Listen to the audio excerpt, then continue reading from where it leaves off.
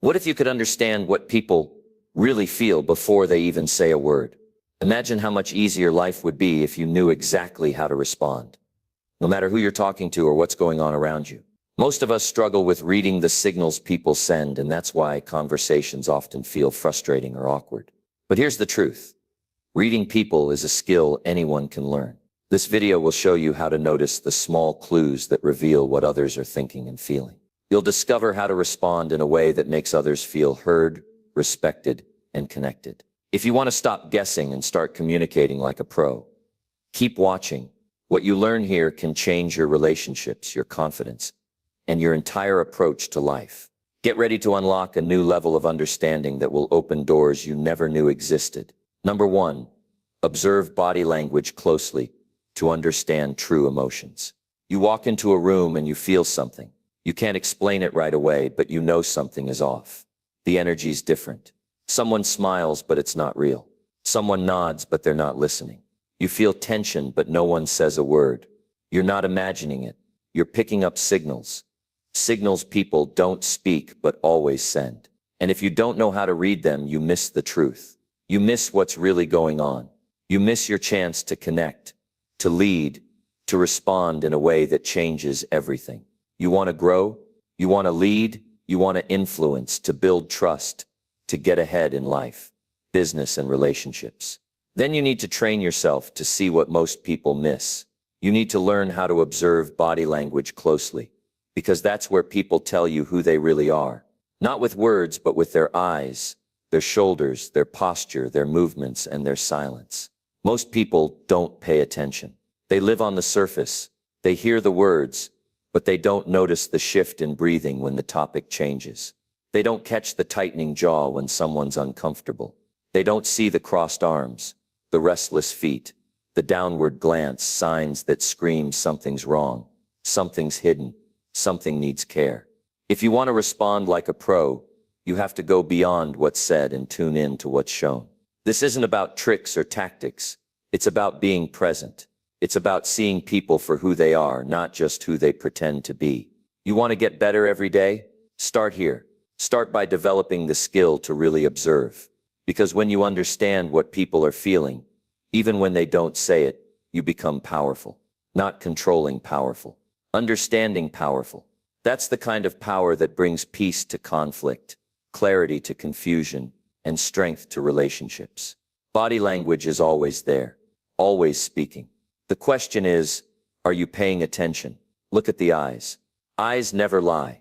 You can see fear, frustration, doubt, distraction, joy, and real interest in someone's eyes. When someone avoids eye contact, when they usually look you in the eye, they're not feeling safe. When their eyes widen slightly during a conversation, they've been caught off guard, maybe surprised, maybe scared. If you're present, if you care enough to observe, you can adjust how you respond, and in that moment, you shift the outcome of the conversation. You avoid misunderstanding. You keep things from escalating. You connect. Notice the hands. Open hands usually signal openness. Tension in the fingers or constant fidgeting often shows anxiety or restlessness. When people clench their fists subtly, they're preparing for some sort of emotional blow.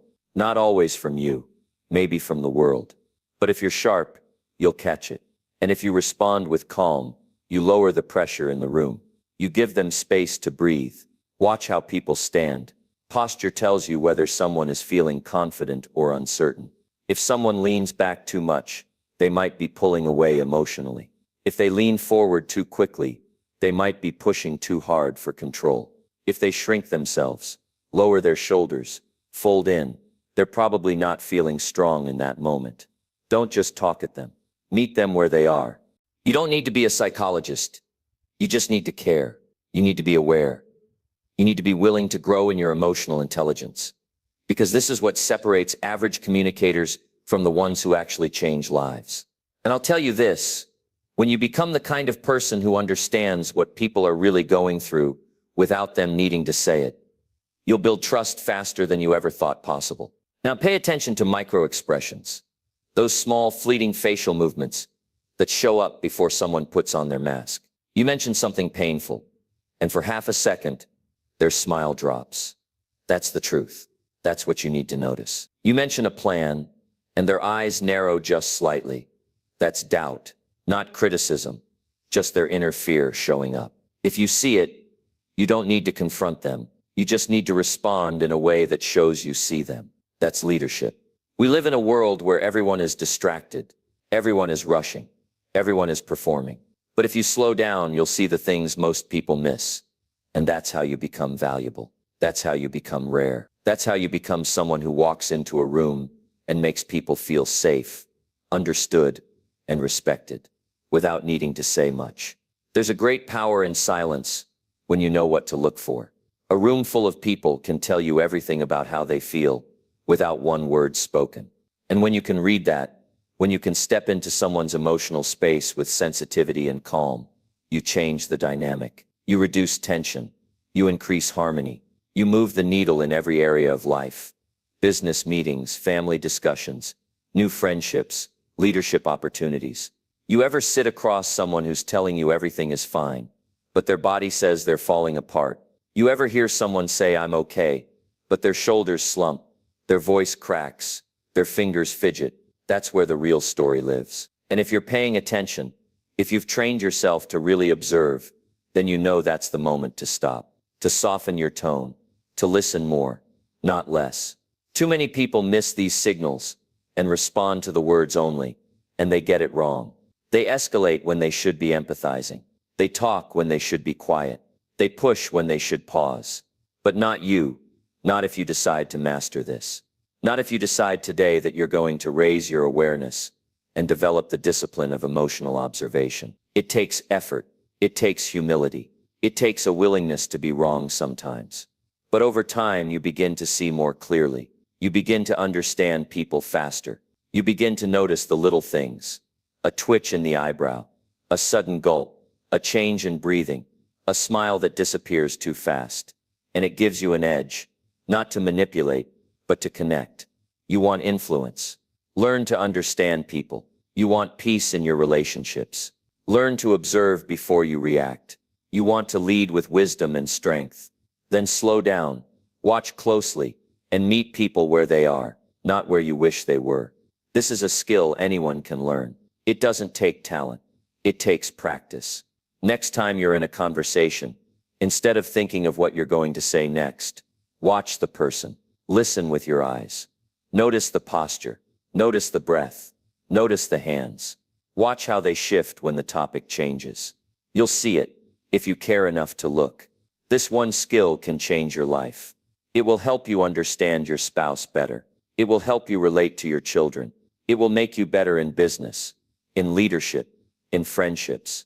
It will stop you from saying the wrong thing at the wrong time. And it will teach you when to speak with courage and when to simply sit in silence and let your presence do the work. Because sometimes what someone needs most is not advice, it's understanding. It's that feeling of being seen and not judged. And that only happens when you stop living in your head and start paying attention to what's right in front of you. Every day you ignore this skill is a day you keep operating at a lower level than you're capable of. Every day you brush off body language and human signals. You miss chances to connect, to help, to lead, to inspire. And every day you choose to grow in this area. Your life gets better. Your relationships get stronger.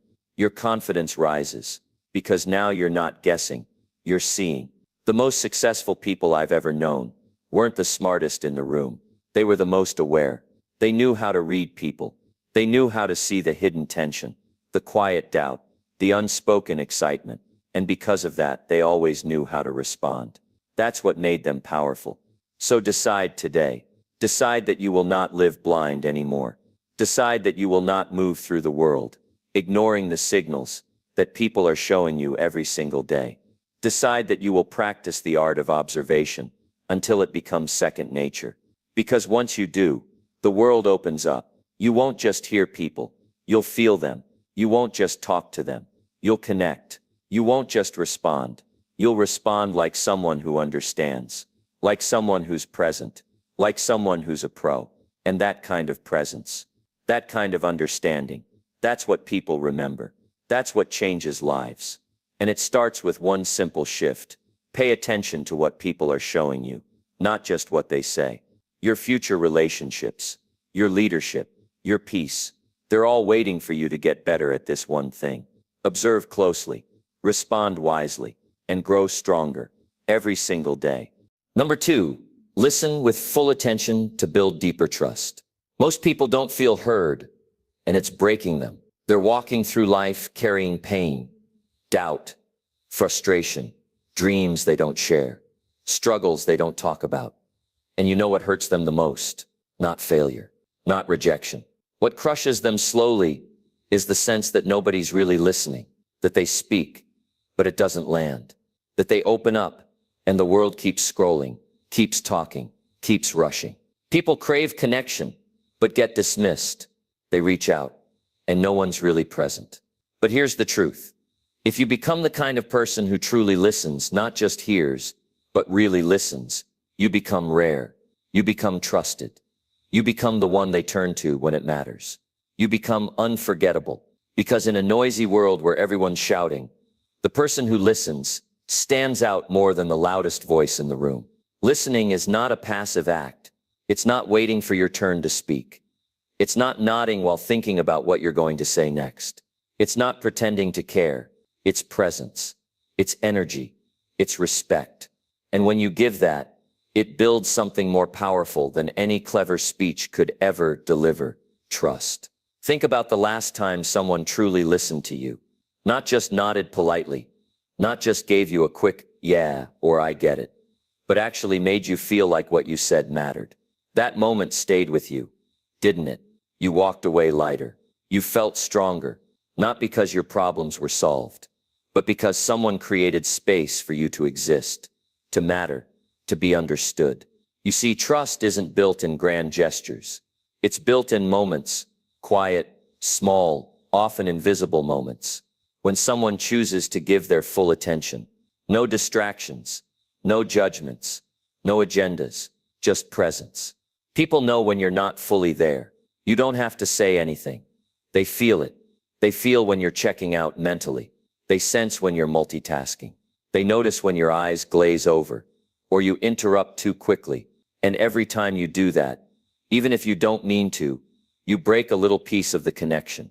You chip away at the trust. But when you choose to lean in, when you pause, when you lock into what they're saying, not just with your ears, but with your entire being, something happens. You communicate something deeper than words. You say you matter. And when people feel that, they lower their guard. They open up. They begin to trust you. Not because you fixed their life, but because you were present in it. We're not trained to listen. Most people grow up in homes where being quiet wasn't rewarded. They learn to talk over others, to argue louder, to win conversations instead of understanding them. But if you want your relationships to grow, if you want people to follow you, if you want to lead not just by title but by impact, you have to unlearn that. You have to stop treating conversation like a competition and start treating it like a mirror, a chance to reflect someone's heart back to them. Listening isn't always comfortable. Sometimes people say things that challenge you. Sometimes you want to defend yourself.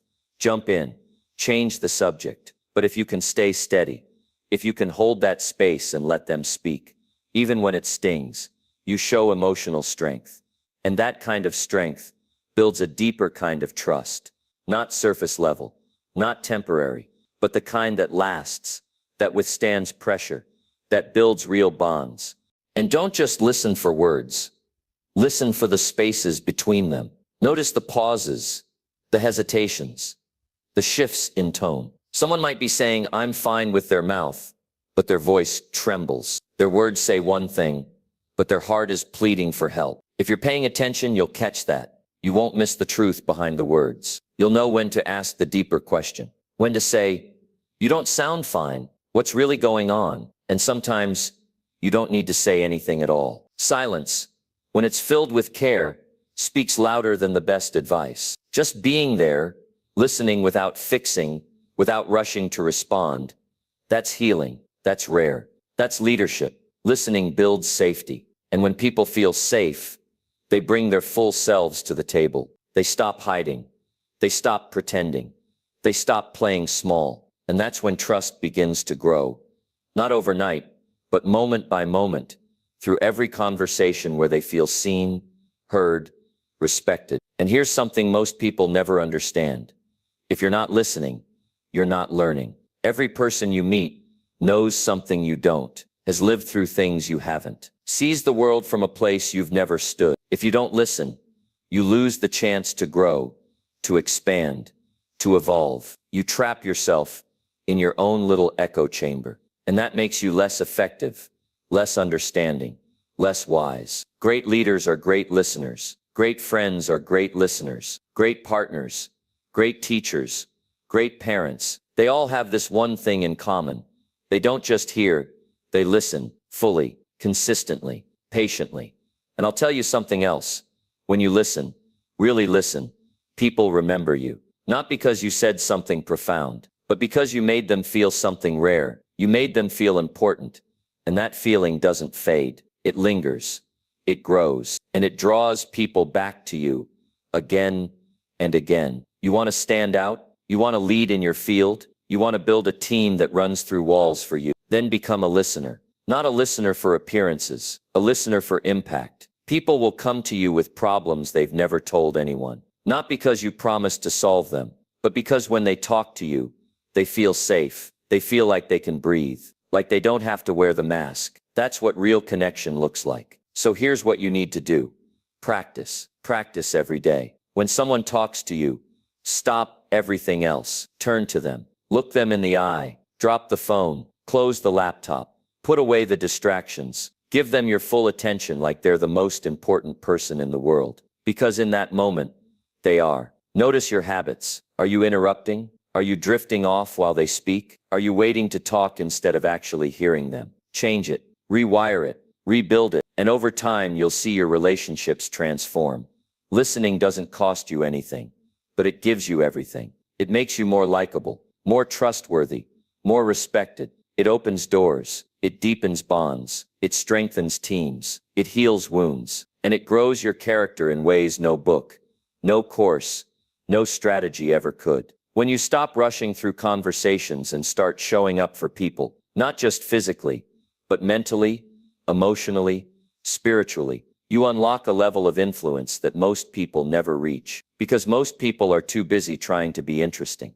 But the truly impactful ones, they choose to be interested. So listen more, judge less, pause longer, ask better questions, and don't just listen for answers. Listen for emotions, listen for fears, listen for the story beneath the words, because that's where people live. And if you go there with them, they'll never forget you. This isn't about being soft. This is about being strong in the places that matter most. Being the kind of person who makes people feel safe enough to be real. That's leadership. That's legacy. That's what builds trust so deep, it becomes unshakable. And I promise you this, the more you listen, the more you'll understand people. The more you understand people, the better decisions you'll make. The fewer conflicts you'll have. The more influence you'll gain. And the more peace you'll carry within yourself. Because you'll stop living in reaction and start living in connection. People are not problems to be solved. They're hearts to be heard. And if you can remember that every day, in every conversation, with every person you meet, your life will get better. Not just on the outside, but on the inside too. Because something powerful happens when you finally realize this. Giving someone your full attention might be the most generous, most powerful, most human thing you can do. So don't wait for the world to change. Be the one who listens first. Be the one who slows down. Be the one who builds trust. Not with noise, but with presence. Start today and watch what happens. Number 3, ask thoughtful questions to uncover what people need.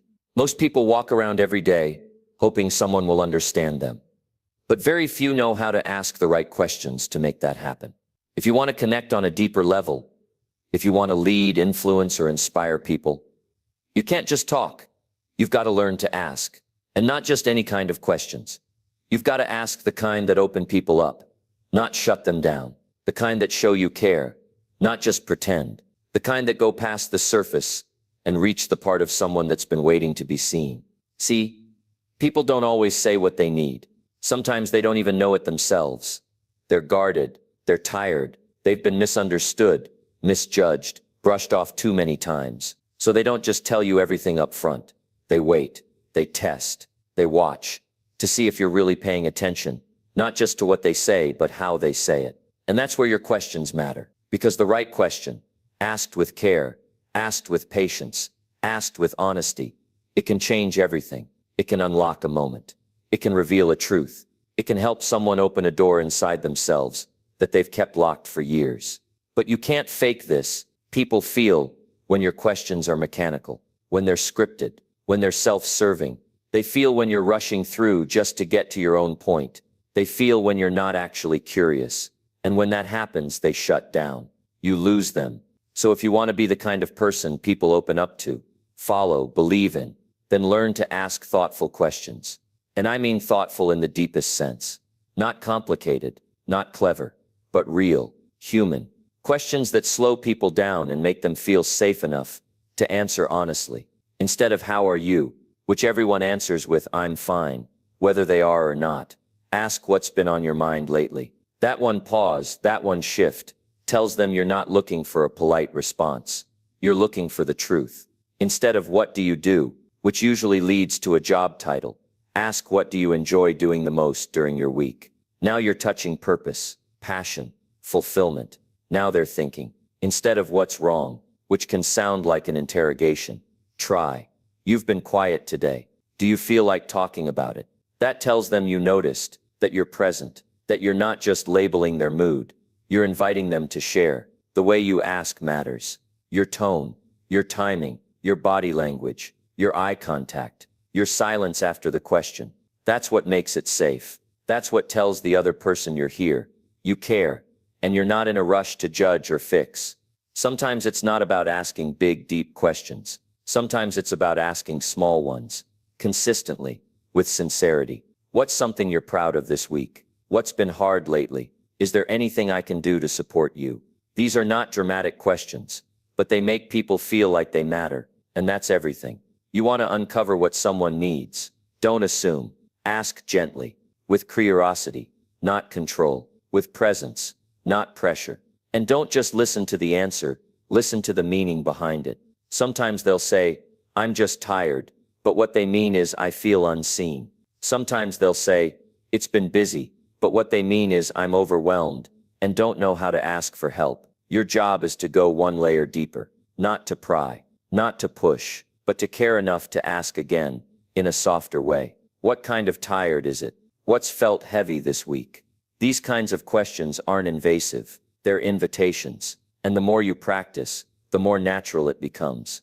People are starving for someone to ask them questions that matter. Most of their conversations are surface level, transactional, rushed. They talk about the weather, the traffic, the news, but they're not talking about what's really going on. They're not talking about the pressure they feel, the goals they've put on hold, the fear of being judged, the excitement they don't know how to share, the insecurities they don't name. When you're the person who makes space for those conversations, when your questions show people it's safe to tell the truth, you become more than a voice. You become a guide, a mirror, a trusted place to land. And I'll tell you something important. Asking good questions isn't just about understanding others. It helps you understand yourself. When you get good at asking others what they feel, what they need, what they dream of, you begin to turn those questions inward and you grow. You get clearer on your own life. You start facing your own needs. That's the beauty of it. It transforms both of you, but it starts with being intentional. If you're going to ask someone a meaningful question, you've got to be ready for a meaningful answer. You've got to hold space for it. That means not rushing through it, not reacting quickly, not making it about you, just being there. That alone is rare. That alone builds a connection. Most people don't know how to create. And sometimes, asking thoughtful questions can stop someone from making a mistake, from walking away from something good, from giving up on themselves. Because maybe they've never been asked, what are you really afraid of? Or what would your life look like if you gave yourself permission to try?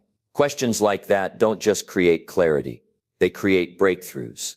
The most powerful people aren't the ones with all the answers. They're the ones who know how to ask the right questions at the right time. They don't lead by force. They lead by insight. They don't control people. They connect with them. And in doing so, they change lives, sometimes in a single conversation. So if you want to be that kind of person, start now. Start paying attention to the kinds of questions you ask every day. Are they automatic? Are they shallow? Are they filling silence? Or are they opening doors? Challenge yourself to go one level deeper, not to impress, but to impact. Ask questions that reveal, not just collect facts. Ask questions that give people permission to be honest, to be human, to be real. And when they answer, don't jump in. Sit with it. Let it breathe. Because sometimes the real answer comes after the pause. And when someone says something vulnerable, honor that, respect it. Don't brush past it. That's the moment trust is built. That's when people realize, this person sees me. And in a world where so many people feel invisible, that's one of the greatest gifts you can give. You can't read someone's mind, but you can open their heart, and all it takes is the right question, asked at the right moment, with the right spirit. So ask better questions, and then watch what happens. People will lean in, they'll soften, they'll share more than they expected, and they'll leave those conversations with more clarity, more strength, more hope, just because you took the time to care. That's your power. That's your influence. Not in how much you say, but in how well you ask, and how deeply you listen when the answers come. Start today. Don't wait for the perfect moment. The next time someone talks to you, ask them something that makes them pause and feel. Ask them something they haven't heard before. Something that reminds them they're more than their job, more than their to-do list, more than their image. And then be ready. Be present. Be all in. Because when someone opens up, that's not small. That's sacred. That's trust in action. And the more trust you build, the more powerful your impact becomes. Not because you know everything, but because you ask what matters. That's how you uncover what people truly need. That's how you connect. That's how you lead. That's how you change the world. One question at a time. Number 4, watch facial expressions to detect hidden intentions. Sometimes what people don't say is louder than the words coming out of their mouths. And if you can't read it, you'll never know who's truly on your side. We live in a world where everyone is performing, carefully curated smiles, polished responses, pretend agreements, fake interest. But beneath that surface, there's always something real, trying to leak through. A twitch, a tightness in the jaw, an unblinking stare, a sudden smile that doesn't touch the eyes. That's not just body language. That's a leak in the mask. And if you're not watching, if you're not trained to notice, you'll miss what could save you or ruin you. Because people lie, not always with words. Sometimes they lie with silence. Sometimes they lie with a nod, a grin, a fake laugh. They lie when they don't feel safe. They lie to hide intentions. They lie because they're insecure. And sometimes they lie just to manipulate. And they're very good at it. But the face never lies forever. You've got to learn to spot the truth hiding beneath the performance. That's how you protect yourself. How you navigate life with sharper instincts, and how you truly connect with others beyond the surface. Have you ever walked away from a conversation feeling like something was off, but you couldn't explain why? That's your subconscious picking up what your conscious mind missed. Maybe their smile was just a second too long. Maybe their tone didn't match their words. Maybe their eyes darted at the wrong moment. Those little signs, those are red flags, clues, warnings. They don't shout. They whisper. But if you know how to listen, you'll never be misled again. People reveal their intentions through micro-expressions. Those fleeting changes in the face that happen in a fraction of a second. Often before they even know what they're feeling. A flash of disgust. A trace of anger. A flicker of contempt. These aren't accidents. They're truth in motion. You can't fake them for long. And once you train yourself to notice, you'll start seeing through people like glass. Let me tell you something most don't realize. Every emotion has a face. Fear widens the eyes and tightens the lips. Genuine joy makes the eyes crinkle. Fake smiles don't. Anger lowers the brows and clenches the jaw. Contempt lifts one side of the mouth. These aren't guesses. They're patterns. Evolution designed our faces to communicate emotion before language even existed. It's a survival tool. And you have it. You just haven't been using it. Start watching people more closely. not suspiciously, not with paranoia, but with presence, with awareness. When someone tells you something important, don't just hear them, see them.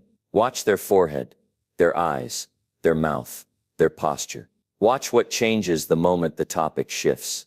People can rehearse what they say, but their face reacts in real time. Their reactions tell you more than their rehearsed answers ever will. Let's say someone's giving you a compliment. "I'm so happy for your success." Sounds nice, but watch their face. Do their eyes stay on you? Do they blink more than usual? Does their smile disappear too quickly? Do they tense up just after saying it? That might be jealousy masked as support. And if you ignore that, you might trust someone who's actually competing with you behind your back. Or someone agrees with your decision. "Yeah, I think that's a great idea." But they frown for half a second before speaking. Or their voice raises at the end, like a question. That's hesitation. That's disagreement without courage. And if they're your partner or colleague, that means unresolved tension is building, and you better address it before it turns into resentment. In relationships, this skill becomes a game changer. Sometimes your partner says they're fine, but their body screams something else. They're distant. Less eye contact. A tight smile. Lips pressed together. These are signs of emotional withdrawal. If you miss them, you'll be reacting too late. But if you catch them, you can ask, "I feel like something's bothering you. Do you want to talk about it?" And that can save everything. People who learn to read facial expressions gain an edge in every area of life. Negotiations, friendships, interviews, conflict resolution. Because they don't just hear what's being said, they read the emotional layer underneath it. That's where the real meaning lives. That's where trust is built or broken. Think about the time someone told you what you wanted to hear, but didn't mean it. Maybe you felt it, but you talked yourself out of it. Maybe you dismissed the signs because you didn't want to believe them. That's how people end up betrayed, used, disappointed. But if you develop the awareness to catch those signs, you can protect your peace, choose better partners, and surround yourself with people who are genuinely aligned with your values. This isn't about becoming paranoid. It's about becoming precise. It's not about turning every interaction into an interrogation. It's about making sure you're not blindly trusting words when the face says otherwise. Every human being sends signals, even when they try not to, especially when they try not to. The truth doesn't always come in a sentence. Sometimes it leaks through a clenched jaw, a darting eye, a forced laugh, a tightened brow. Learn the language of the face, and you'll start seeing life through a clearer lens. And it's not just about spotting lies or manipulation. It's about empathy too.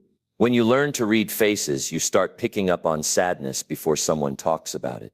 You start sensing stress that hasn't been verbalized yet. You start offering support before someone has the strength to ask for it. That's the power of awareness. That's emotional intelligence in action. Watch children. They do this instinctively. They read the face of every adult in the room. They know who's safe. They know when a smile is real and when it's fake. Somewhere along the way, we grow up and forget to trust that instinct. But it's still there. You just have to reactivate it. Practice. Start with the people around you. Watch how their face changes when they talk about something they love. Watch how it changes when they lie. Watch how they look away when they're uncomfortable. You'll start seeing patterns. You'll start understanding people without them needing to explain. Don't just listen for words. Look for the pause before they speak. Look for the blink rate. Look for how their eyes change when the subject shifts. Look for micro expressions.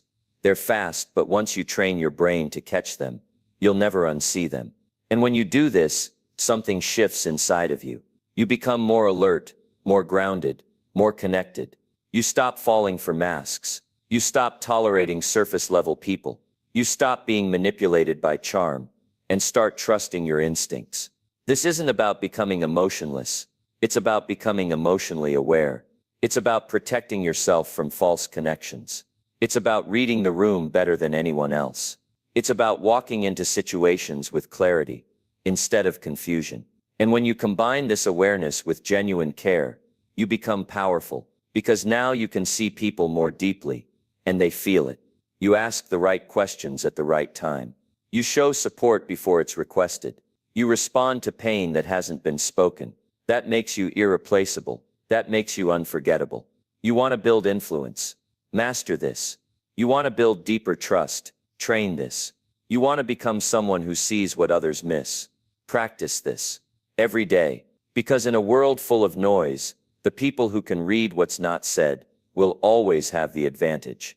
So the next time you're in a conversation, don't just hear, observe. Don't just nod along. Notice. Don't just accept what's said at face value.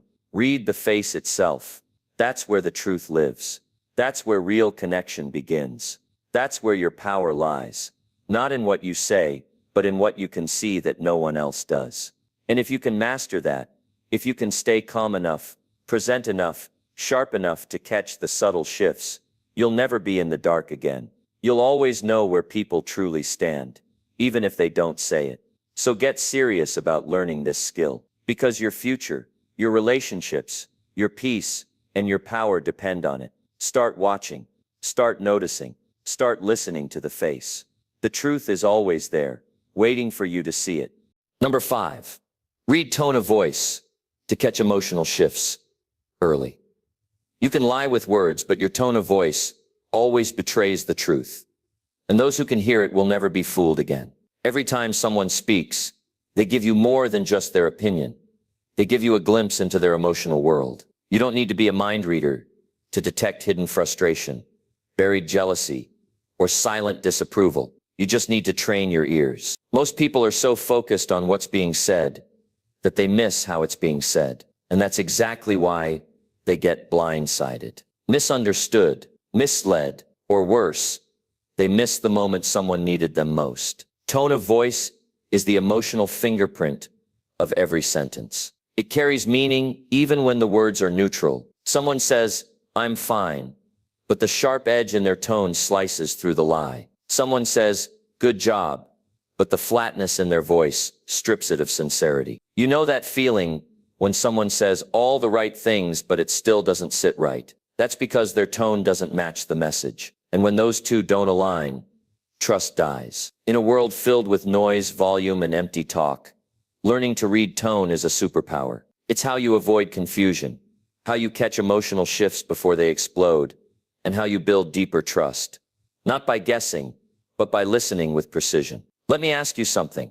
Have you ever had someone speak to you in a way that didn't feel right, even though their words were harmless? They weren't yelling, they weren't insulting, but you felt something. Maybe it was condescension. Maybe it was disapproval. Maybe it was a subtle bitterness. That's tone. That's the voice revealing what the words are trying to hide. And when you learn to hear it, really hear it, you'll never be thrown off again. When someone's tone changes, their emotions are shifting, even if they don't realize it yet. A friend who normally speaks with warmth suddenly sounds distant. A colleague who's usually direct suddenly hesitates. A partner whose voice usually lifts when they talk to you suddenly sounds dull or cold. These are warning signs. These are emotional earthquakes before the surface cracks. Most people miss them because they're not listening closely. But you won't. Not anymore. You've got to understand something.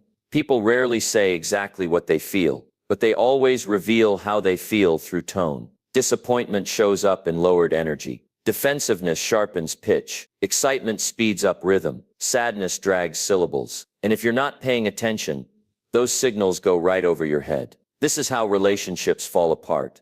Not because someone exploded, but because someone changed and no one noticed. Not because the words stopped, but because the tone shifted and nobody asked why. Communication isn't just about hearing. It's about listening between the lines, and tone is the space between those lines. The human voice is wired to carry emotion. We pick up tension, fear, joy, doubt, and excitement, not just from vocabulary, but from vibration. That's why you can feel energy change in a room just from how someone speaks. It's why sarcasm works. It's why you can hear a smile. And once you get in tune with tone, you'll stop needing explanations, because you'll already know. You'll start noticing the emotional undercurrent of every conversation. You'll feel it when someone's faking enthusiasm. You'll sense it when someone's saying yes, but means no. You'll hear hesitation in confidence. You'll detect annoyance under politeness. And most importantly, you'll be able to respond before things spiral. This isn't just about avoiding deception. It's about strengthening your relationships. Because when you respond to someone's tone, not just their words, they feel understood. They feel seen. That's rare. That's powerful. That's unforgettable. Imagine this. Your friend says, "Yeah, I'm good," but you hear a subtle drop in pitch. You pause and say, "You sure?" You sound tired or stressed, and suddenly they exhale like they've been waiting for someone to notice. That moment, that's how trust is built.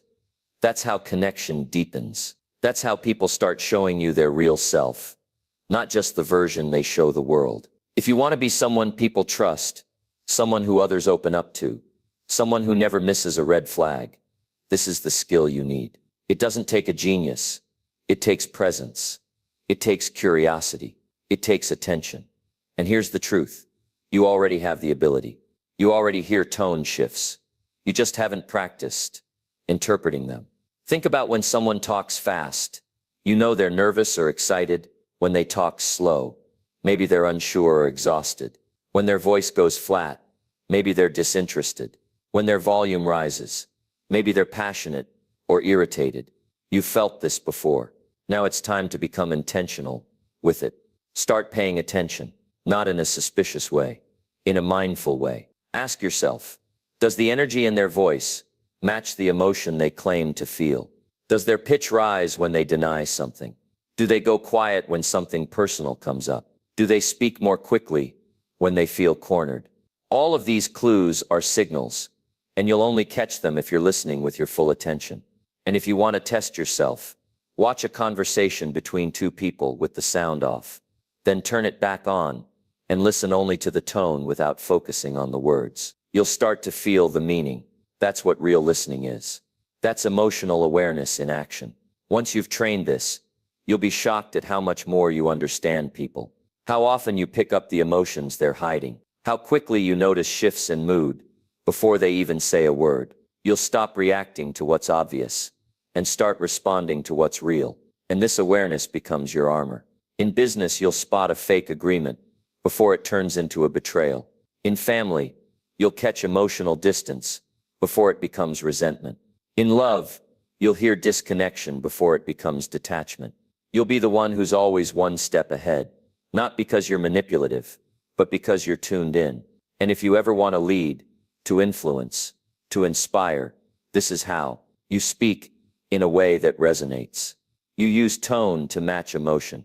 You meet people where they are. You make them feel understood not just by what you say, but by how you say it. Because when your tone matches your message, people believe you. And when people believe you, they follow you. But it starts with listening, not with your ears, with your presence. When you're fully present, you start catching the smallest changes. That's when you hear hesitation in someone's voice, even though they're saying, "I'm sure." That's when you hear sadness behind a smile. That's when you hear distance in a conversation that used to feel close. You'll never be blindsided again, because you'll never let tone slip by unnoticed. You'll be the person who catches what everyone else misses, who responds before things break, who builds bridges with clarity and emotional depth. And the best part, this skill grows every day. You use it. Every conversation is a training ground. Every interaction is a classroom. All you have to do is stop rushing, stop assuming, and start listening deeper. Don't get lost in words. Listen to the music underneath. Because tone is the real message. And when you master that, you master connection, influence, awareness, and yourself. Now go out there and listen like your life depends on it. Because sometimes it does. Number 6, mirror behavior respectfully to create an instant connection. You can walk into a room full of strangers and within seconds make someone feel like they've known you for years. Not by talking, but by mirroring who they are with respect and awareness. Connection isn't built by force. It's created through recognition. When someone feels seen, understood, and safe in your presence.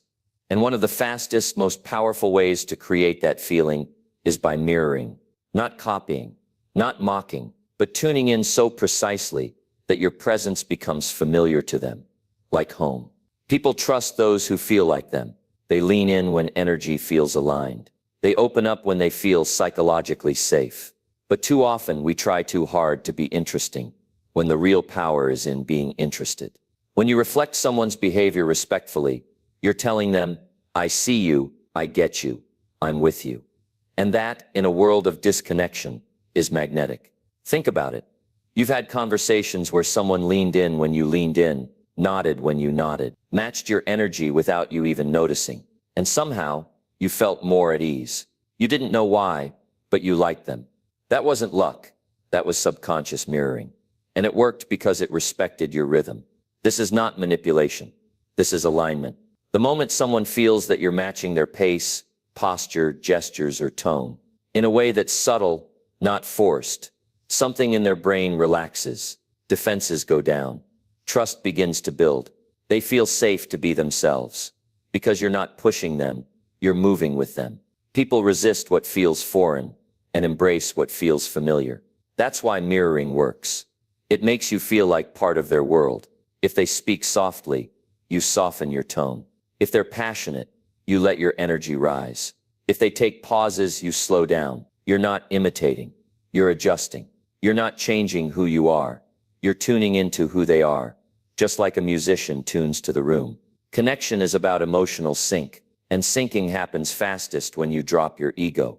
Observe with care and respond with intention. That's why the best communicators aren't just good talkers.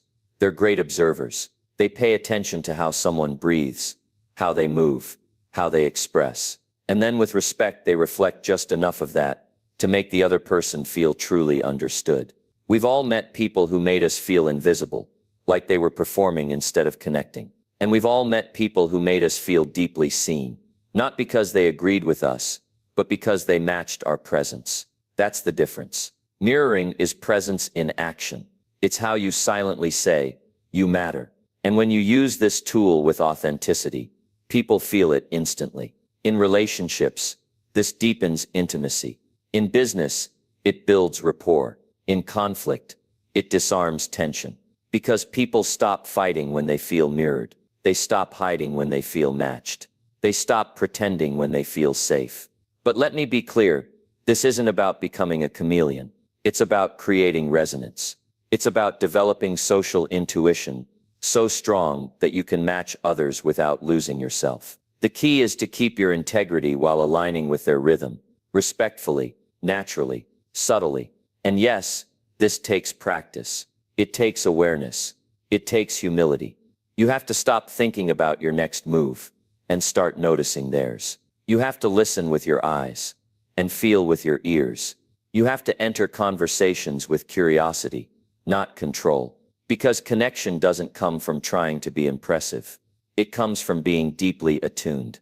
Most people walk through life desperate to be understood, but rarely take the time to understand others. That's why they feel disconnected. That's why conversations stay shallow. That's why people don't open up, because they don't feel mirrored. They don't feel met where they are. When someone crosses their arms, it may mean they're closed off or just cold. When someone speaks quickly, it may mean they're excited or anxious. Mirroring isn't about assumptions. It's about awareness. You reflect the behavior, then watch how they respond. If they relax, lean in, open up, you're in sync. If they pull back, you adjust. This is a dance, not a formula. And like any great dance, it requires presence, respect, and rhythm. The beauty of mirroring is that it works across every language, every culture, every social setting, because it's not intellectual, it's primal. From the time we're babies, we learn trust through mirroring. A mother smiles, the baby smiles back. A father raises his eyebrows. The child does the same. That's not imitation, that's connection. So if you want to build stronger relationships, deepen your influence, and leave people better than you found them, this is a skill you can't afford to ignore. It will make you more persuasive without being pushy, more trusted without needing to prove anything, more relatable without trying to be someone you're not. The real magic happens when mirroring becomes second nature, when you walk into a room and naturally attune to its energy, when you adjust without effort, when people say, I don't know what it is, but I feel like I can talk to you. That's not luck. That's mastery. Think of the people in your life who have that effect. the ones who make you feel calm, seen, heard. They're not louder than you. They're not trying harder. They're simply with you, in rhythm, aligned. That's the power of respectful mirroring. It's invisible to the eye, but unforgettable to the heart. You don't need to be charismatic. You don't need to have the perfect words. You just need to show people you're paying attention, that you value how they show up, that you're not trying to outshine them. You're trying to connect. That's the type of energy that opens doors, earns loyalty, and builds bonds that last. And here's the truth. We live in a world starving for real connection. People are tired of small talk, tired of fake smiles, tired of being misunderstood. If you can be the person who notices, who reflects, who matches without judgment, you become rare. And what's rare is remembered. So the next time you're in a conversation, pause. Pay attention to their posture. Listen to their rhythm. Feel their energy. Then respectfully, match it. A little nod, a shift in tone, a slower pace, a warmer smile. You'll be amazed at how quickly walls fall, how fast tension melts, how strong the bond becomes. This isn't about being fake. It's about being fully present. When you bring this level of presence to your interactions, people feel it, and they won't forget it. Because they weren't just talked to, they were connected with. And that's the mark of real influence. Not manipulation, not persuasion, but resonance. That's what makes you unforgettable. That's what makes people trust you. That's what makes every conversation meaningful. So start today. Step into your next interaction, not just ready to speak, but ready to reflect. Notice the cues. Match the energy. Respect the rhythm, and watch what happens. Doors will open, people will open, and you'll realize the most powerful way to connect isn't by being louder or smarter. It's by being in tune. Now go out there and master this. Because if you can mirror with respect, you can connect with anyone, anywhere, at any time. And that's how real influence begins. Number 7. Respond calmly under pressure to lead with clarity. When everything around you is spinning out of control, your ability to stay calm becomes your greatest weapon of influence. In moments of chaos, most people crumble. They panic. They lash out.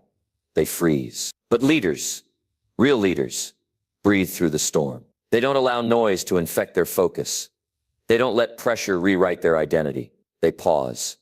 They observe. And they respond with clarity so sharp, it cuts through confusion like a knife. When people see someone calm under fire, they instinctively trust them. Because calm is rare. Clarity is rare. And in high-stakes situations, people don't follow the loudest voice. They follow the one that makes the most sense. The one that stays steady while everyone else is losing their grip. The truth is, pressure doesn't create weakness. It reveals what's already inside you. If you react with anger, it shows you never had control to begin with. If you react with fear, it means you never truly believed in your ability to adapt. But if you respond with calm, that's strength. Not the kind that screams, but the kind that holds its ground, quietly, confidently, and with intention. Think back to the last time you were pushed to your limit. Maybe someone questioned your integrity. Maybe life threw you a situation you didn't expect. Maybe people around you started panicking, and their fear tried to pull you under. What did you do? Did you match their chaos, or did you pause and rise above it? Your power lies in that pause, in that single breath where you choose not to let the world dictate how you move. That space between stimulus and response is where leadership is born. Anyone can react. Very few know how to respond. Fewer still know how to respond with calm. When the pressure is suffocating, you need to understand this. Pressure is not your enemy. It's your training ground. The discomfort you feel in those moments is where emotional control is built. Every time you stay calm when it would be easier to snap, you're rewiring your brain to be stronger than your emotions. You're choosing clarity over chaos. And that's a decision most people aren't disciplined enough to make. When you're calm, you're dangerous. Not because you intimidate others, but because you can see clearly when others can't. You notice details others miss. You think 2 steps ahead while they're still reacting to the present. You make moves with intention, while they make noise with emotion. Calm is how you win without having to shout. Calm is how you earn respect, without having to beg for it. People often ask, how do I stay calm under pressure? It starts with understanding that the pressure isn't what causes your reaction. It's your lack of preparation for it. You don't rise to the occasion. You fall to the level of your training. If you haven't practiced emotional discipline daily, you will be overwhelmed. The second life turns up the heat. But if you've been building it, breath by breath, challenge by challenge, you'll walk into storms and still think clearly. Your job is to lead, not to mirror other people's panic. Your responsibility is to stabilize, not to escalate. If someone yells, you speak with purpose. If someone crumbles, you help them rebuild. If the room is filled with fear, you become the anchor. That's what separates you from the average. Your refusal to let the environment control your energy. Great leaders aren't remembered because they had all the answers. They're remembered because they had composure when answers weren't clear. In crisis, people don't remember what you said. They remember how you made them feel. Did you add fuel to the fire, or did you become the steady flame they could rally around? Let's be real. Staying calm doesn't mean you don't feel pressure. It means you refuse to be controlled by it. It means you've built a mental habit of slowing down your response instead of being hijacked by the moment. You see the stress, but you don't let it run your decisions. You hear the noise, but you listen to your inner clarity louder. This isn't something you switch on overnight. This is a skill. It's a choice that you make repeatedly, especially when it's uncomfortable. When someone disrespects you in front of others, and your ego is screaming for retaliation, that's the moment you either become reactive or you rise above it. When you receive bad news and panic tries to tighten its grip, that's your chance to either lose control or to take the reins of your mind and show what you're made of. Think of the best version of yourself, the one who walks into difficult rooms and makes everyone feel a little more certain just by being there. That version doesn't come from luck. It comes from discipline, from teaching yourself to stay composed when everything in you wants to explode, from practicing presence, focus, and emotional control, even when no one's watching. Because calm isn't passive, it's active strength. It takes more power to breathe through frustration than to yell, more confidence to pause than to retaliate, more self-awareness to lead with thought than to explode with emotion. When you lead calmly, people feel safe. They feel heard. They lean into your energy because it stabilizes them. And that's a rare gift. In business, calm leadership saves deals. In relationships, it prevents wounds. In conflict, it invites resolution instead of escalation. There's nothing soft about calm. It's not weakness. It's not inaction. It's control. It's leadership under pressure. And it's one of the rarest skills you can build, because most people would rather be dramatic than disciplined. But not you. You know that real influence is quiet. It doesn't demand. It doesn't force. It guides with presence and power. And here's the truth. The world doesn't need more loud voices. It needs more steady minds. It needs more people who can keep their emotions in check when the stakes are high. It needs more leaders who don't just react, but who choose their response with care, thought, and clarity. Start developing this every single day. Don't wait for crisis to teach you what calm really means. Train your mind in silence so that in the noise, it doesn't flinch. Start with the little things: the driver that cuts you off, the delay that tests your patience, the email that pushes your buttons. Every time you choose calm over chaos, you sharpen your ability to lead when it matters most. Remember, calm doesn't mean you're passive. It means you're in control. It means you're thinking long-term. It means you're choosing outcomes over ego. That's the kind of person people trust. That's the kind of leader people follow. And that's the kind of presence that changes rooms without having to dominate them. The next time pressure knocks on your door, greet it with stillness. The next time someone tries to bait you into a reaction, stay rooted. When everything around you feels like it's collapsing, become the calm that holds it together. That's your edge. That's your gift. And that's your responsibility. So walk into this world prepared. Let your calm be louder than their chaos. Let your clarity be stronger than their confusion. Lead with discipline. Respond with presence. And always remember, your power is never found in how loud you can be, but in how steady you choose to remain. Now go out there and live it. Be the calm in every storm. And you'll see, people will follow your lead, not because they have to, but because they trust you more than the noise. Number 8.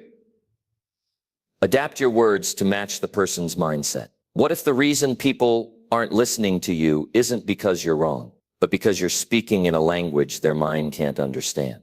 You can have the right idea, the right solution, the right intention, but if you can't communicate it in a way that connects with where the other person is mentally and emotionally, your words won't land. They'll bounce. And in that gap, misunderstandings grow, respect fades, influence dissolves. That's the painful reality. Not that you're not smart, not that you don't care, but that you're talking at people, not to them. To truly influence someone, to lead them, to reach them, you have to stop speaking from your own mindset and start speaking into theirs. That means stepping out of your head and stepping into theirs. It means letting go of your assumptions, your ego, and your desire to be understood, just long enough to understand them first. The person in front of you isn't just hearing your words. They're filtering everything you say through their experiences, their fears, their worldview. If your message doesn't speak into that reality, it gets rejected before it even has a chance. Because people don't just want to hear truth. They want to feel like the truth is for them. They want to feel seen. They want to feel heard. They want to feel like you understand how they think and why. You can't speak to a warrior with the words of a monk. You can't inspire a skeptic with the voice of blind optimism. And you can't calm a storm with more thunder. You have to match where they are before you can lead them somewhere new. Think about the last time someone actually influenced you, really made you shift the way you see something. It probably wasn't because they overwhelmed you with logic. It was because they spoke your language. They tapped into your mindset. They understood your pain, your hesitation, your doubts, and they met you there. Then they walked you forward, step by step, into a new perspective. That's not manipulation. That's leadership. This is where most people fail. They assume that their way of thinking is universal. They believe that if it makes sense to them, it should make sense to everyone else. But that mindset kills influence. Because the world isn't full of clones. It's full of wildly different experiences, traumas, beliefs, and mental models. If you want to lead, you have to become fluent in more than just your own thoughts. This requires awareness. It requires patience. And it requires humility. Because you can't assume you know how someone thinks. You have to observe, ask, and listen. You have to watch the way they process. Listen to the words they repeat. Notice the fears behind their questions. Notice the beliefs hiding under their tone. That's how you access their mindset. Not by pushing your way in, but by being quiet enough to see the door. Once you understand their mindset, you don't compromise your message. You tailor it. You frame it in a way that aligns with their values, their fears, their ambitions. You use language that makes them feel understood, not corrected. You present ideas in a sequence that makes sense for where they are, not where you are. That's the real art of influence. Adjusting the delivery, not diluting the truth. This doesn't mean being fake. It doesn't mean being manipulative. It means being strategic with empathy. It means putting connection above control. Because if people don't feel connected to what you say, they'll never let your words change them. But if they do feel connected, even the hardest truths can land gently. Even the most radical ideas can be embraced. Let's get practical. If someone has a fear-based mindset, logic won't calm them. Compassion will. If someone has an achievement-driven mindset, telling them to relax won't resonate. Show them how your idea leads to success. If someone's mindset is skeptical, don't give them hype. Give them proof. Speak into their rhythm. Don't break their frame. Enter it, then shift it from within. You see, the greatest communicators don't just talk. They mirror. They match tone. They adjust pace. They calibrate energy. They sense resistance before it becomes rejection. And they flow with it, not against it. That's why they can walk into any room, speak to any person, and create alignment. Not because they're the loudest, but because they're the most tuned in. You can't connect with someone if you're trapped in your own ego. Influence starts with letting go of the need to impress. It starts with listening harder than you speak. It starts with observing how someone sees the world, so you can walk beside them, not ahead of them, not above them, but beside them, and lead them from there. If you've ever felt like you're talking and no one's hearing you, this is why. You're speaking from your mindset, not theirs. But the moment you make that shift, the moment you start aligning your words with their world, everything changes. Tension melts. Trust grows. Resistance turns into curiosity. And from there, transformation becomes possible. When people feel seen, they open up. When they feel judged, they shut down. Your words are the delivery system, but your ability to read their mindset is what determines whether your message arrives or gets rejected. So study people, study energy, study behavior. Become a student of human nature, and you'll unlock a level of influence that no title, no credentials, and no volume can ever match. This is what leadership actually is. Not commanding people, but guiding them. Not pushing people to change, but inviting them to. Not demanding that people meet you, but meeting them first. From there you can build bridges, you can plant seeds, and over time you can shift the way they see themselves.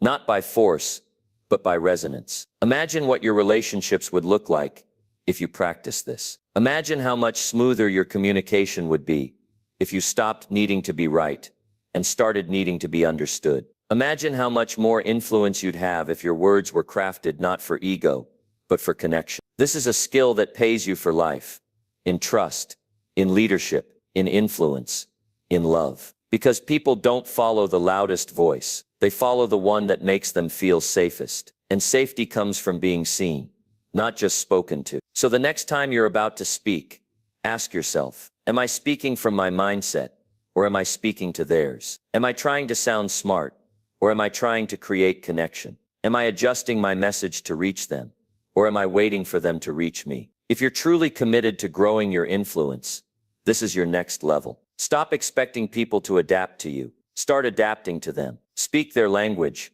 honor their frame, and watch as doors open that logic could never unlock. Because at the end of the day, people don't change because they're told to. They change because they feel like someone finally gets them. Be that person. Make your words fit their world, and you won't just communicate, you'll lead. Now go apply it. Start listening with new ears. Start observing with deeper intent. And start practicing the kind of communication that doesn't just transmit information, it transforms hearts. When you can adapt your words to match their mindset, there's no resistance you can't break through, and no person you can't reach. Number 9, identify emotional triggers and respond with patience. What if the key to unlocking any difficult conversation, any heated moment, or any personal conflict isn't arguing harder, proving yourself more, or reacting faster, but simply waiting with calm patience until the storm inside the other person settles? You've been there.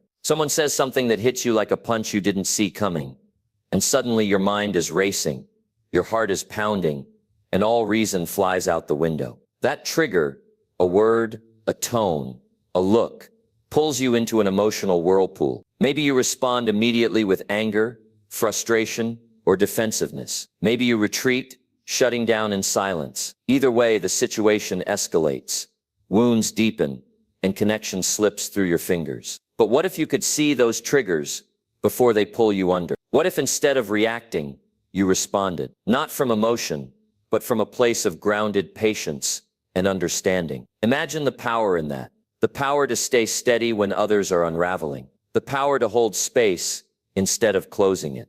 The power to transform conflict into connection simply by mastering your own emotional response. Most people don't realize how much of what shakes us isn't about what's actually being said, but what's inside us. Past wounds, unmet needs, buried fears. Emotional triggers are like hidden landmines buried in our minds. When someone steps on one, the explosion is swift and violent. Yet these reactions are never really about the other person. They're about a story we carry, a story of pain, rejection, or insecurity. Understanding this truth changes everything, because when you recognize a trigger isn't really about the present moment, you don't have to let it control you. You can choose patience. You can choose presence. You can choose to respond with clarity rather than react with chaos. This kind of patience isn't weakness. It's the strongest move you can make. It's the muscle of emotional mastery, the skill that separates leaders from followers, those who break cycles of drama from those who are caught in them. Patience allows you to step back from the emotional fire and see the bigger picture. It lets you breathe before you speak. It lets you listen beyond the words, into the heart of what's really going on. There's a story I want you to hear. A man was once confronted by a friend who was furious, blaming him for mistakes that had nothing to do with him. The man could feel the anger like a physical weight pressing down. Instead of firing back, he took a breath and said nothing. He let the storm pass. Later, he calmly asked his friend what was really bothering him. It turned out the friend was struggling with his own pain, and the anger was just a shield. Because the man responded with patience instead of impatience, the friendship didn't fracture. It grew stronger. This is the kind of strength that transforms lives. When you learn to identify emotional triggers, both in others and in yourself, and respond with patience, you become a source of calm in a chaotic world. You shift from being reactive to proactive. You create space for healing instead of harm. But how do you identify these triggers in real time? The first step is self-awareness. You have to know what sets you off before you can pause and respond. This means noticing the physical signs, a quickened heartbeat, shallow breath, tight muscles. It means catching your mental script, the judgment, the replay of past hurts, the spiraling thoughts. When you're aware of these signs, you can pull yourself out of the immediate reaction and take control. The next step is empathy. When someone else's words spark a flare-up in you, ask yourself, what pain might they be carrying? What fear? What story? That shift from "they're attacking me" to "they're hurting deeply" creates compassion. Compassion lowers your defenses and invites patience. Patience is a choice, not a passive waiting, but an active holding of space for understanding. It's telling yourself, I don't need to fix this right now. I don't need to prove my point immediately. I can hold this moment with calm. This choice diffuses tension. It disarms anger. It invites dialogue instead of debate. The greatest leaders and communicators master this instinctively. They know the power of silence, the power of presence. They understand that sometimes the most impactful response isn't words at all. It's calmness. It's steady eyes. It's a heart that doesn't rush to judgment. When you practice this, your relationships will deepen. Conflicts will soften. People will start to trust you not just for your ideas, but for your presence. They'll see you as a refuge in the storm, rather than fuel to the fire. Remember, emotional triggers are not weaknesses to hide from. They are signals. Signals telling you there's something underneath that needs attention. When you listen to those signals with patience, you heal yourself and others simultaneously. Imagine walking into every challenging situation equipped with this skill. When tension rises, you don't cave or explode. You breathe. You step back. You respond with patience that radiates calm and invites peace. You become a lighthouse in the stormy sea of human emotion. This doesn't happen overnight. It requires practice. It requires humility. It requires the willingness to feel uncomfortable feelings without rushing to escape them. But every time you choose patience over reaction, you strengthen that muscle. You build a reservoir of calm that carries you through the toughest moments. Let's be clear. Patience isn't about suppressing your feelings or letting others walk over you. It's about mastering yourself so you can engage the world from a place of strength, not weakness. When you identify emotional triggers and respond with patience, you aren't ignoring conflict. You're navigating it with wisdom. Here's the truth.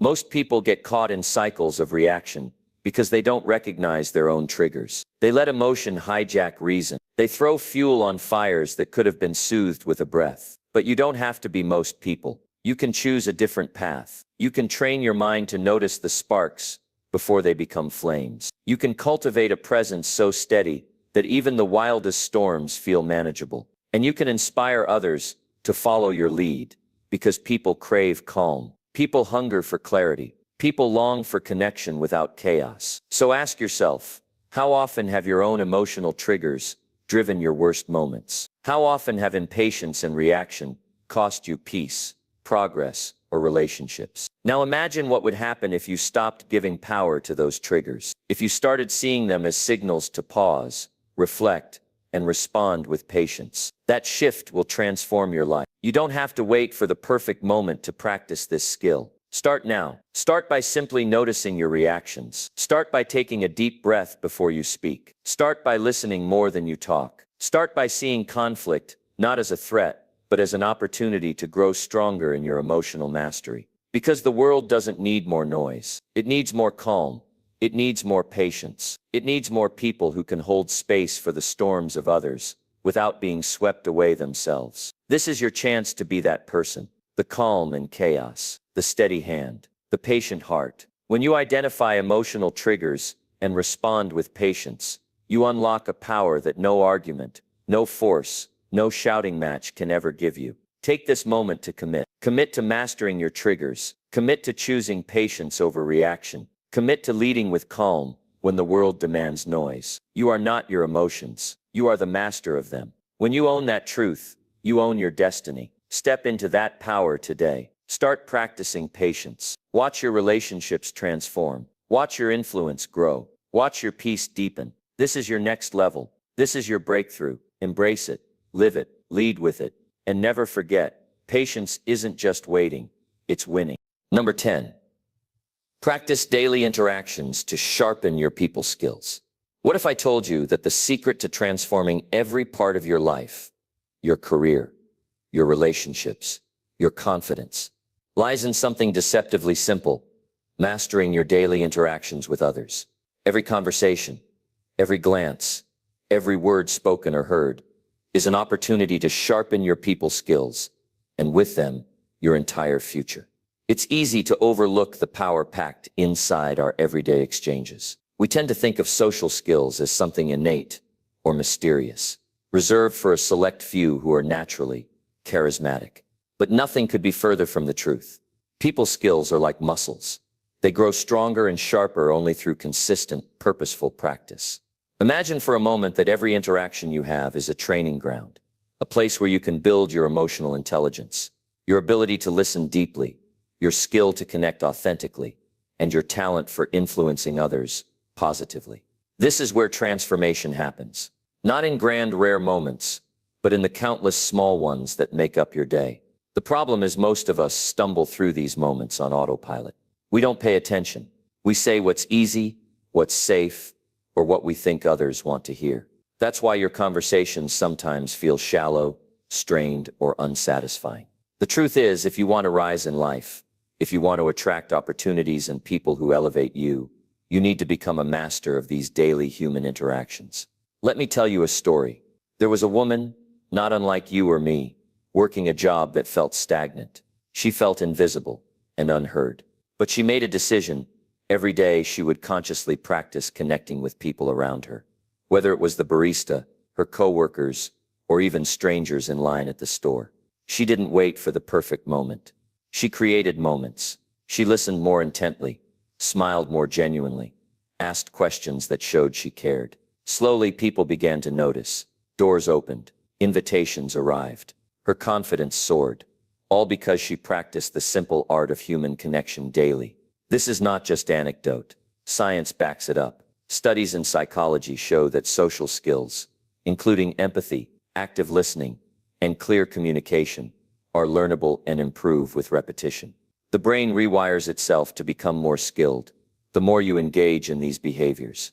It's neuroplasticity in action, your brain's ability to adapt and grow. So how do you start? You don't need a grand strategy or an expensive course. You start with small, intentional steps every day. When you greet someone, truly see them. Notice their mood, their energy. When you speak, do it with clarity and kindness.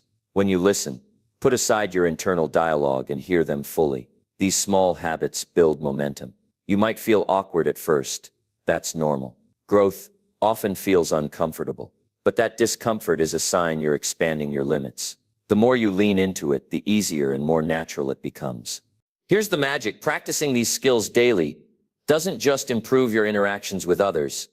It reshapes how you see yourself. Confidence blooms when you realize you can handle any conversation, diffuse tension gracefully, and inspire others with your authenticity. Think about the leaders you admire. What sets them apart isn't just their ideas, it's their ability to connect, persuade, and motivate people. These are skills they honed over time, not traits they were born with. You have that same potential. Every day presents countless chances to sharpen your social intelligence. Waiting rooms, coffee shops, office hallways, family dinners. These are your classrooms. Treat them as such. Reflect after each interaction. What worked? What could be better? Over time, you'll develop intuition and finesse that feel effortless, but are built on intentional practice. Don't underestimate the power of nonverbal communication either. Your posture, eye contact, and facial expressions speak volumes. Mastering these elements adds depth to your words and creates genuine connection. When you practice consistently, you also build resilience. Difficult conversations become less daunting because you've prepared yourself mentally and emotionally. You learn to stay calm, listen beyond words, and respond with empathy. Qualities that diffuse conflict and build trust. It's not just about being liked, it's about being understood and respected. When you can navigate social situations with skill and grace, you become a magnet for opportunity and influence. But remember, this is a lifelong journey.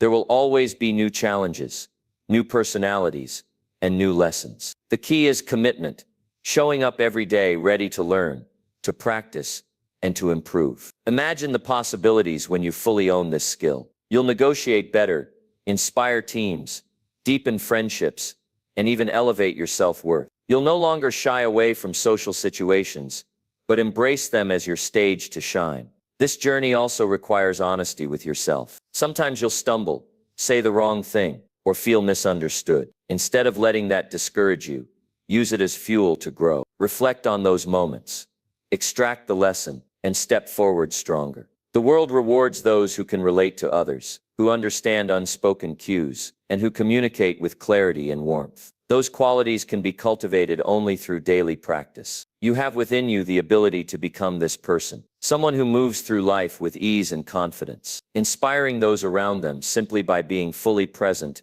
and engaged. So start now. Engage in your next conversation with intention. Notice the details, tune into emotions, and speak with honesty. Over time, this will build into a powerful skill set that changes everything. You don't need permission. You don't need perfection. You just need to start. This is your moment to become the communicator, the leader, the connector you were always meant to be. Embrace daily practice as your secret weapon. Let every interaction be a step forward. Watch as your world opens up, relationships deepen, and your influence expands. Your transformation begins here, one conversation at a time.